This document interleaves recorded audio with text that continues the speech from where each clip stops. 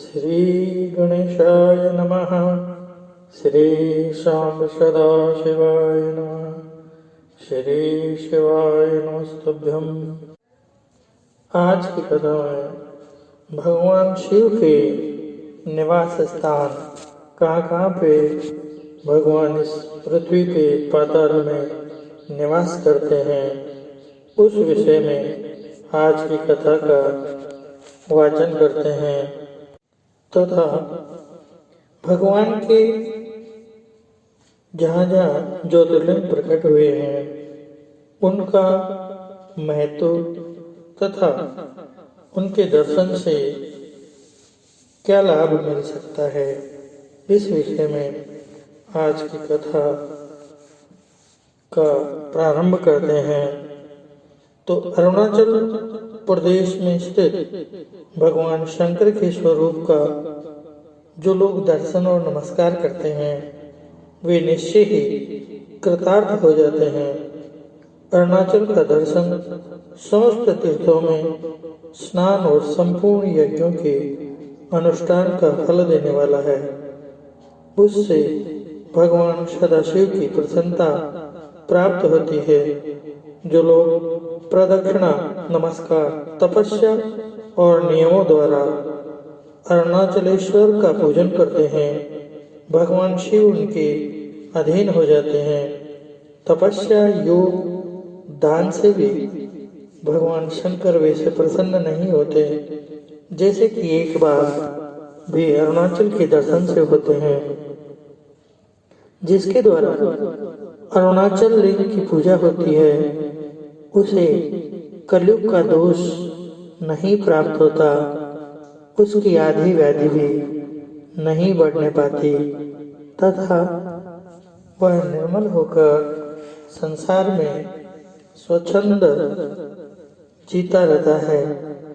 एक समय निमिषारण्य तीर्थ में निवास करने वाले मुनियों ने सूत जी से कहा, सब स्थानों में जो शिव जी का परम उत्तम स्थान हो उसका हमसे वर्णन कीजिए।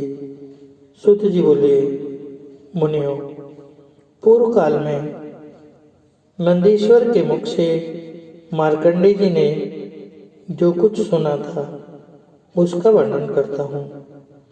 मार्कंडेय जी बोले थे, नंदीश्वर, इस त्रिलोकी में तथा समस्त आगमों, पुराणों और वेदों में भी कोई ऐसी बात नहीं है जो आपको विदित ना हो। आपके पहले ये बताया है कि भूमि पर मनुष्यों को लौकिक सुख, स्वर्ग भोग तथा कैवल्य तीनों की प्राप्ति हो सकती है। इनमें से प्रथम दो वस्तुएं, लौकिक सुख और स्वर्ग भोग, पुण्य क्षीण होने पर प्राय नष्ट हो जाते हैं। अर्थात जो आपके पास धन, दौलत, ऐश्वर्य, नाना प्रकार के साधन, ये सब जो है आपके पुण्य तक सीमित रहते हैं। जैसे ही पुण्य क्षीण हो जाता है ये सब अपने हाथ से चले जाते हैं।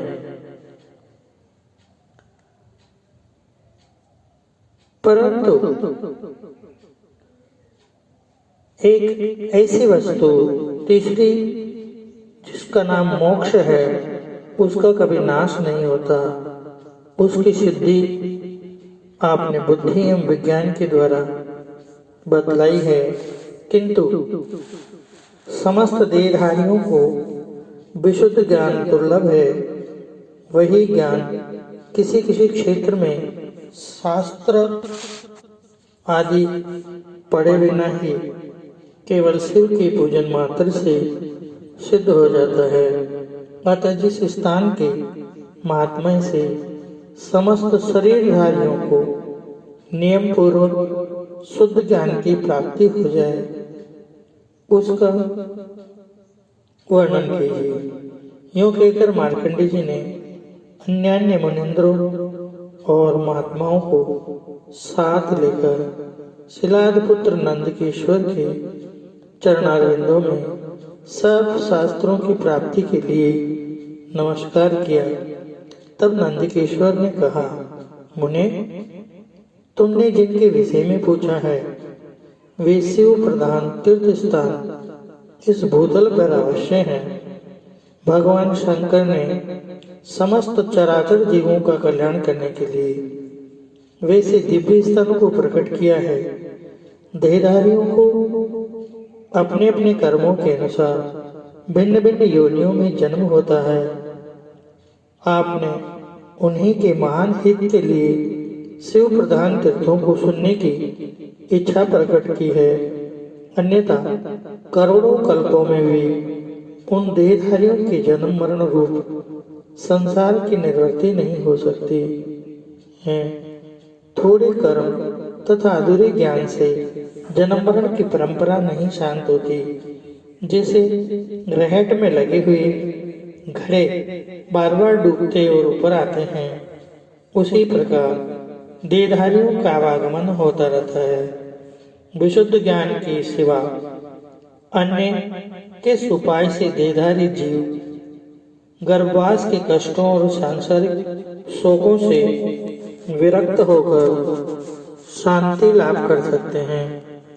शिव प्रधान तीर्थों के सेवन से उस ज्ञान की प्राप्ति होती है जिससे मनुष्य संसार बंधन से छुटकारा पा जाता है।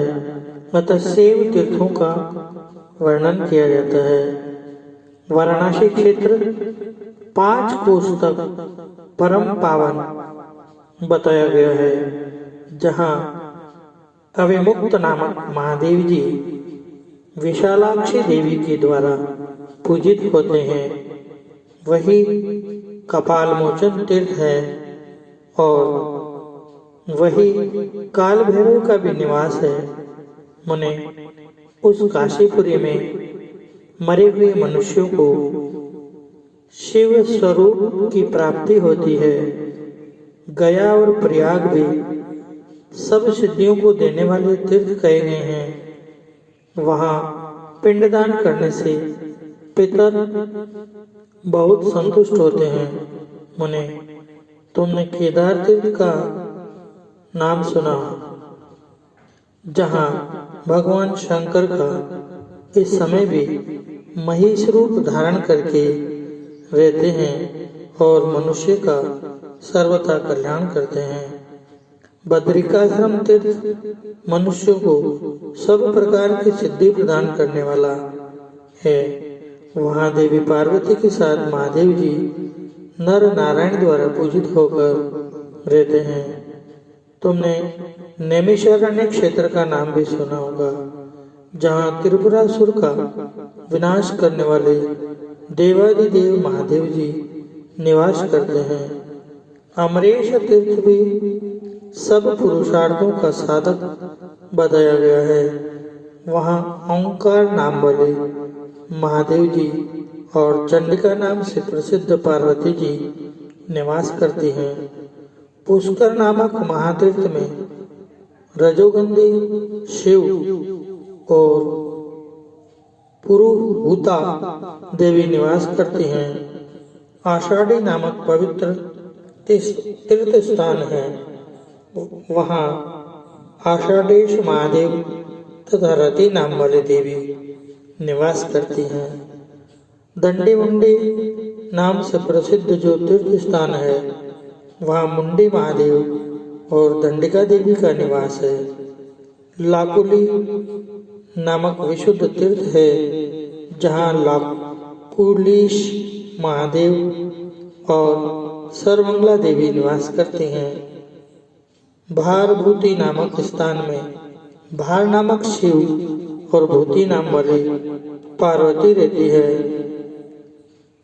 अरालकेश्वर नामक स्थान है, जहाँ सूक्ष्म नाम वाले शिव तथा सूक्ष्मा नाम वाले गिरिराज कुमारी निवास करते हैं। कुरुक्षेत्र नामक स्थान है, जहाँ स्थाणु नाम वाले महादेव और स्थाणु प्रिया नाम वाली महादेवी का निवास है। कनखल नामक उत्तम तीर्थ स्थान है, जहाँ भगवान शिव उग्र नाम से और गिरिराज नंदिनी उमा नाम से निवास करती हैं। मार्कंडेय तालक नाम वाले तीर्थ में स्वयंभू महादेव और स्वयंभुवी महादेवी रहती है। अट्टहास नामक महातीर्थ है, जहाँ सूर्यदेव ने भगवान शंकर की पूजा करके अपना मनोरथ पूर्ण किया था। वेद वेताओं में श्रेष्ठ मार्कंडेय कृतिवास क्षेत्र है, जहाँ का निवास महादेव जी के लिए कैलाश की अपेक्षा भी अधिक प्रिय है।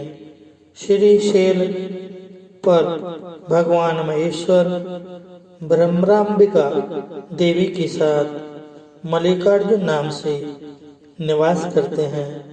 ब्रह्मा जी ने सृष्टि कार्य की सिद्धि के लिए इनका पूजन किया था। स्वर्णमुखरी नदी के तट पर भगवान शंकर कालहस्ती नाम से प्रसिद्ध है। उनके साथ भृंग मुखराल का नाम वाली अंबिका देवी रहती हैं।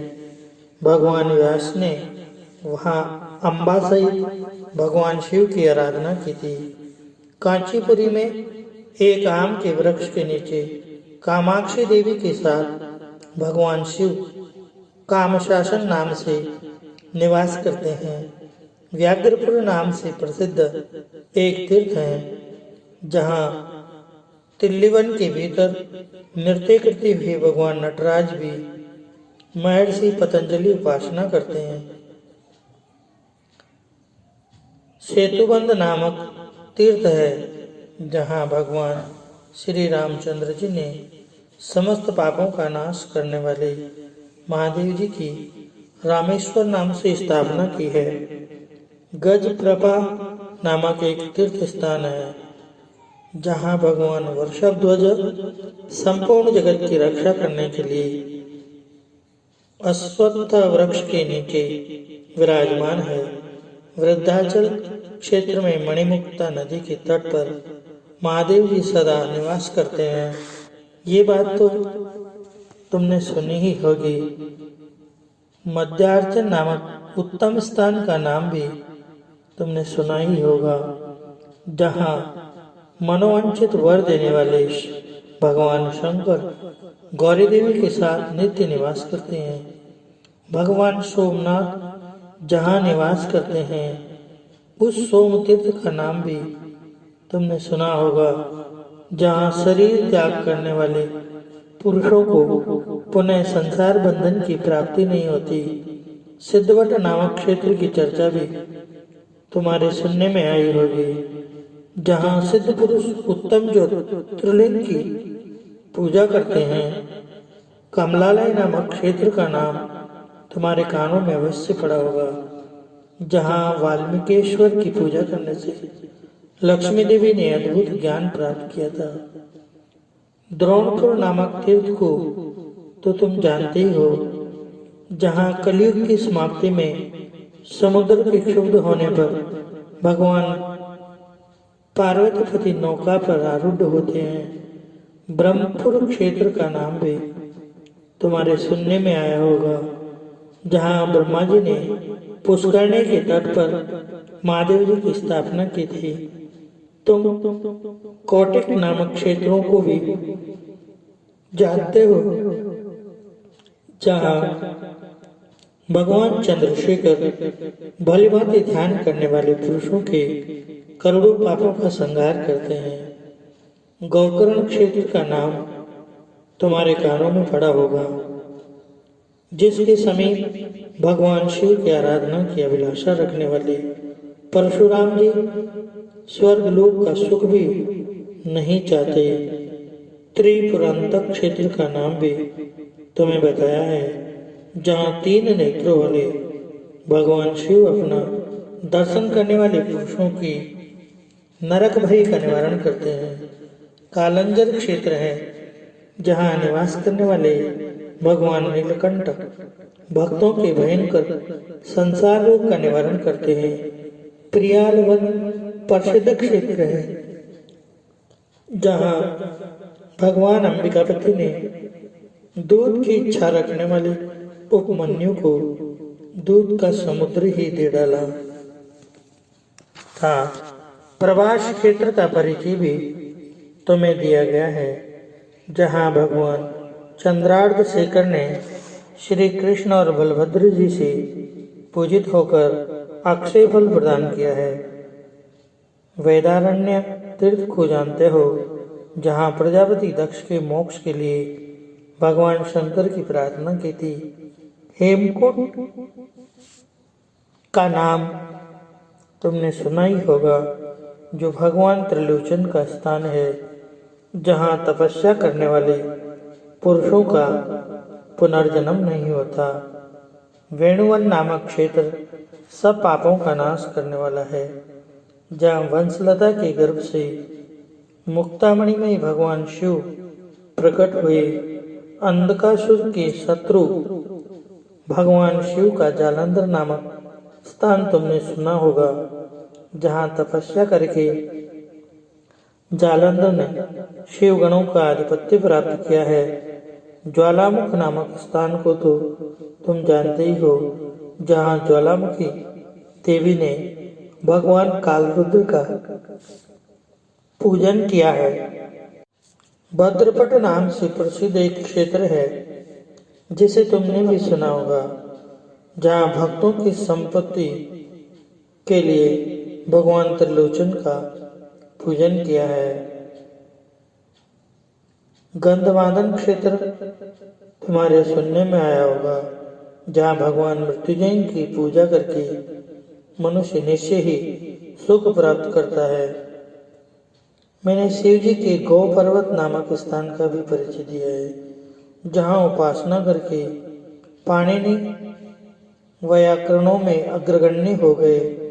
वीरकोष्ठ नामक क्षेत्र को जो तुम्हें स्मरण है न, जहाँ तपस्या करके महर्षि वाल्मीकि ने कवियों में प्रधानता प्राप्त कर ली। महातीर्थ को तो तुम जानते ही होंगे, जहाँ भगवान शंकर ने ब्रह्मा आदि देवताओं को पढ़ाया है। मयूरपुर मायावरम नामक माहेश्वर तीर्थ है, जहाँ तपस्या करके इंद्र ने वज्र प्राप्त किया। वेगवती नदी के तट पर श्री सुंदर नामक क्षेत्र है, जहाँ कलयुग में भी देवादिदेव महादेव जी शोभा पाते हैं। भगवान शंकर के कुंभकोण नामक स्थान को जानते हो, जहाँ माघ मास में साक्षात गंगा भी अपने पाप की शांति के लिए निवास करती हैं। गोदावरी नदी के तट पर त्र्यंबक नामक स्थान है, जहाँ कार्तिकेय जी ने तारकासुर को मारने वाली शक्ति प्राप्त की। श्री पाटल में व्याघ्रपुर नामक स्थान है, जहाँ त्रिशंकु मुनि ने जाति शुद्धि के लिए गंगाधर शिव का पूजन किया था। कदम्बपुरी नामक क्षेत्र तो तुम्हें याद ही होगा, जहाँ महादेव जी ने तुम्हारे ही लिए त्रिशूल से काल पर भी आघात किया था। अविनाश क्षेत्र में भगवान शिव पार्वती देवी के साथ सदा निवास करते हैं। रक्त कानन नाम से प्रसिद्ध जो क्षेत्र है, उसमें भगवान शिव ने मित्र और वरुण आदि को वरदान दिया है। पाताल में हाटकेश्वर क्षेत्र है, जहाँ विरोचन कुमार बलि अपने अभिलाषित पद की प्राप्ति के लिए महादेव जी की पूजा करते हैं। भगवान के प्रिय निवास कैलाश को तो तुम जानते ही हो, जहाँ यक्षराज कुबेर भक्ति भाव से भगवान त्रिलोचन की पूजा करते हैं। भगवान शिव के ये सभी स्थान तुम्हें बताए गए हैं, तुमने भी इनको ध्यान से ही सुना है। अब वो भगवान शिव की पूजा के द्वारा जो उत्तम फल प्राप्त होता है, उसका वर्णन मैंने कर दिया।